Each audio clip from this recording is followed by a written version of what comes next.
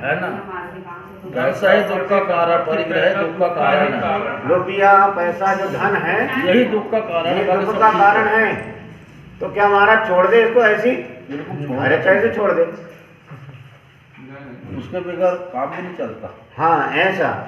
तो धन हर स्थिति परिस्थिति में दुख कर है, उसके लिए यहाँ पर कहते हैं दुरज्जेन सुरक्षेण नश्वरेण धनादिना स्वस्थं मन्यो जनः कोपि जरवानि व सर्पिषा।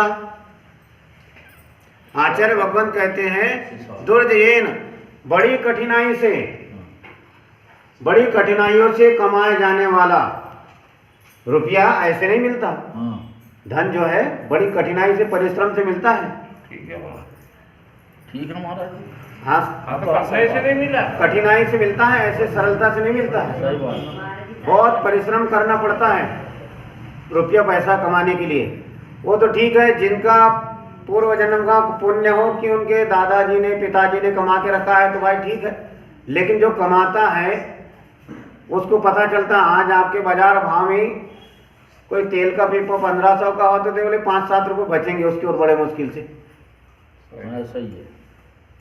कोई पुड़िया आती है 10-12 रुपये पुड़िया बोले तो 12.5 में बिकी तो 50 पैसे, 12 पुड़िया बेचो जब जाके 50 पैसे बचेंगे। और फिर 3 के 13 करने वाले तो बात अलग है, लेकिन उनका फिर टिकता भी नहीं है वो रुपया पैसा। नंबर 2 हो गया।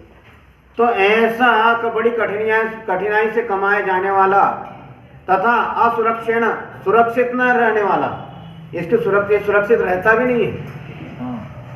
और नश्वरेण, ये विनश्वर है।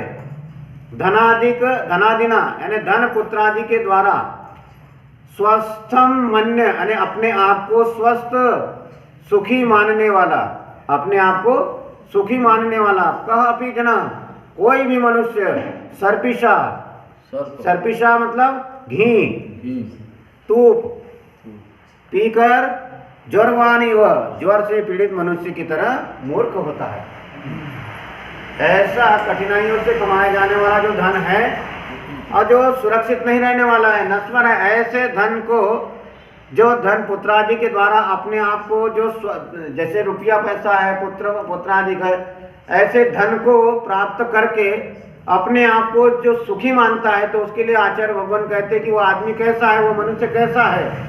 जैसे किसी को बुखार आ गया और बुखार आने वाले को घी पिला दो तो उसका बुखार और बढ़ जाता है, तो ऐसा वह मूर्ख व्यक्ति है।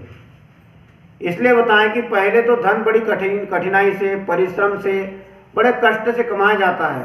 अब थोड़ा है उसमें दोष नहीं, मेहनत से जो कमाया। हाँ, मेहनत करके कमाता है, फिर थोड़ा थोड़ा करके एकत्रित किया जाता है, फिर बचत खाते में भी डाला जाता है, थोड़ा थोड़ा वो जमा करता है। और यदि किसी तरह कोई धन इकट्ठा हो भी गया, यदि धन इकट्ठा हो भी जाए तो उसे फिर क्या है, फिर भय, फिर डर होता है चोर का, किसी डाकू का और राजा का।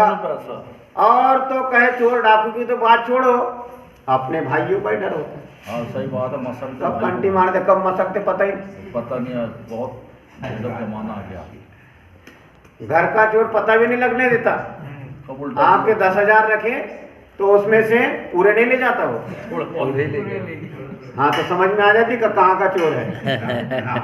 और कई ऐसे भी चोर होते हैं कि दुकान से व्यापारी जब शाम होती है तो सब नोट की गड्डियां बनाता है। 100 की गड्डी बनाएगा, 50 की बनाएगा। अब 10-5 की तो पता नहीं क्या है, अब तो बड़े बड़े नोट आ गए। 500 की, 1000 की क्या है। तो 500 की नोट की गड्डी बनाया, 100 की गड्डी बनाया, तो 100 की गड्डी मान के चलो कि 5 गड्डी बनाया।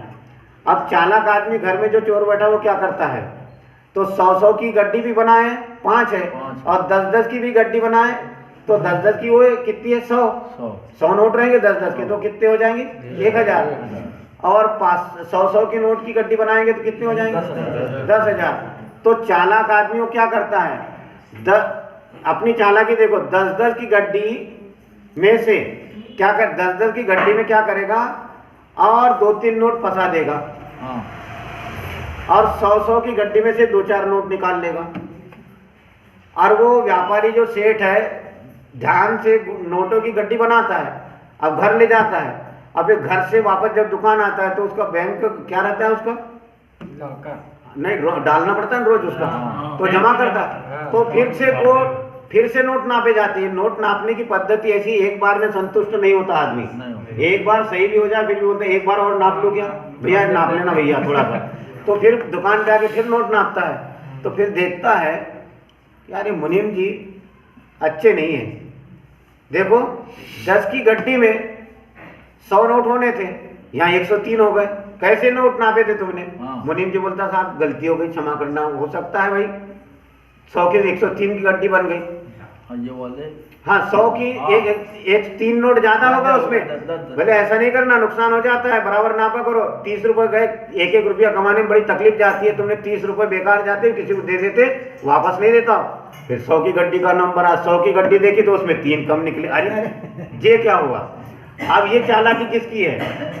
अब बेचारे वो मुनीम भी परेशान, मुनीम बदनाम और वो सेठ भी बदनाम, वो भी अपने आप पे शंका करता है, देखो यार पता नहीं कैसे क्या हुआ, लेकिन घर में बैठा हुआ चोर क्या कितनी अच्छी चालाकी किया उसने। 100 के नोट में से उसने 3 निकाल लिए और 10 की नोट में 3 बढ़ा दिए, तो इधर तो 70 का फायदा हो गया ना उसको।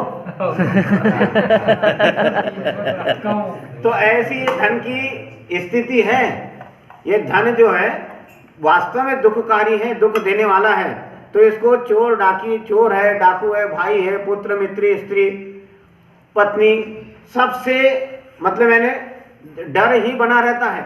एक जगह हमारा चातुर्मास हम छुल्लक थे, तो हमारे गुरुदेव आचार्य उदार सागर महाराज और हम बैठे, तो हमारे पास में एक माँ और बेटी दोनों आए, बोले महाराज, बड़े डरते डरते उन्होंने आगे पीछे देखा, कोई है तो नहीं, बोले महाराज तो दोनों अपने ही हैं, तो परिचय हो जाता तो क्या बात है। तो बोले महाराज जी प्रायश्चित लेना है। तो बोले क्या? बोले महाराज जी कैसे? बोले ये मेरी बेटी भी और मैं दोनों की, बोले दोनों को प्रायश्चित लेना, हम क्या करते हैं? बोले इसके पापा के जब ये घर आते, बोले तो इनके पापा की जेब में से हम देख लेते, बोले कैसी क्या स्थिति है नोटों की, तो उसमें से 1-2-4 नोट रोज निकाल लेते, बोले प्रायश्चित दे दो। नहीं ये बात सही है महाराज। अच्छा आपके साथ भी होता है ऐसा?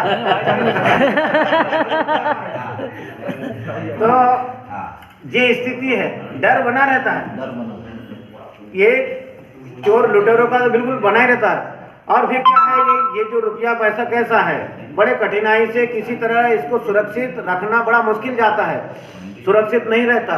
और इसका जैसे परिवार का पालन पोषण करने में, संतान को पढ़ाने लिखाने में और विवाह आदि कार्य करने में, कोई बीमारी आ जाए तो चिकित्सा के लिए और खाने पीने ओढ़ने बिछाने में इसका उपयोग होता है, नष्ट होता ही है, होता है ये। तो ऐसे धन के द्वारा कोई मनुष्य अपने आप को कहे कि मैं सुखी हूँ, क्या कि मैं कहे कि सुखी हूँ, तो मानो कैसा है वो व्यक्ति, वो मूर्ख, उसको मूर्ख कहा है। जैसे कि बुखार से पीड़ित व्यक्ति को घी पिला दो, उसने घी पी लिया और कहे कि मेरा बुखार ठीक हो गया, तो कभी बुखार ठीक नहीं हो सकता और उसका बुखार बढ़ेगा। उसी तरह ज्यों ज्यों मनुष्य के पास धन बढ़ता जाता है, त्यों त्यों उसकी चिंता, उसका डर, उसकी व्याकुलता भी बढ़ती जाती है। शांति, सुख, संतोष तो काय में है? धन इकट्ठा करने में है कि धन छोड़ने में? धन छोड़ने में है। तो आप लोग क्या करेंगे आज?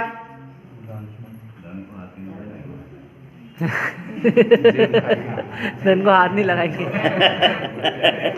आज 7 दिन तो कम से कम देखेंगे। हाँ, तो ऐसा मान के चलो, धन कमाना भी है, जरूरी है, घर परिवार है, समाज है, सब है, साधु संघ की सेवा व्यवस्था है, लेकिन मुख्य रूप से बात इतनी ध्यान रखिए कि अपन जो रुपया पैसा कमाते हैं, रुपया कमाना गलत नहीं है, लेकिन अपने को उसके प्रति आसक्ति जो रखते हैं वो आसक्ति नहीं रखना है। ये सबसे बड़ी चीज है। उसके प्रति आसक्ति रखते हैं तो फिर हमें दुख होता है। आसक्ति नहीं रखना ही सुख है। तो धन कमाया है, रुपया है हमारे पास में, जैसे तैसे हमने कमाया, उसको जमा किया, सुरक्षित रखा, लेकिन हम यदि उसके प्रति आसक्ति रखते हैं तो फिर हम दुखी रहे। व्यक्ति ने क्या किया, पूरे जिंदगी भर रुपया पैसा आया, लेकिन वो खर्च करने के पीछे ही रहता था कि खर्चा नहीं होना चाहिए, जब उसका मरण समय आया तो बड़ा उसको यानी उसके धन के प्रति आसक्ति थी।